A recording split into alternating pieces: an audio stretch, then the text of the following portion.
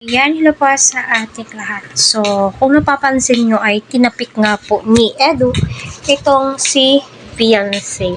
Kasi ramdam niya na kabado si fiancé, di ba? Kabado. Kahit ako, my God, kahit ako ay kabado naman po talaga sa mga ganyan. Ako, nung ako nga, inuwi ako ng mister ko doon.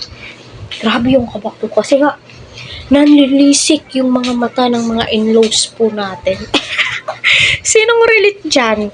Sinong relate dyan? Yung tipong umupo ka sa isang lugar na tipong para ka ng manikin na ayaw mong gumalaw, yung mga mata mo ay tila'y balisa na, yung tipong gusto mo nang umuwi, yung tipong uwing-uwi ka na, pero yung partner mo ay pigil na pigil sa'yo na, ay naku, okay lang yan, huwag kang matakot, yung ganun, kasi kabisado na po nila yung parents po nila. Pero ikaw na, first timer mo or second time around mo, yung parang feel mo na, yung iba, yung sa isip mo na ko, baka papagalitan ako, baka may sasabihin hindi maganda, yung hindi ka ready, di ba? Yung tipong di ka ready sa mga salitang bibitawan ng in-laws mo, di ba? Ramdam na ramdam po natin sa fiancé, sa mga team relate dyan. Kaayon, tinapik ni Eds. Ay, grabe. Yung kilig ko talaga, no? Yung tipong kaninang umaga, tulog na tulog yung anak ko.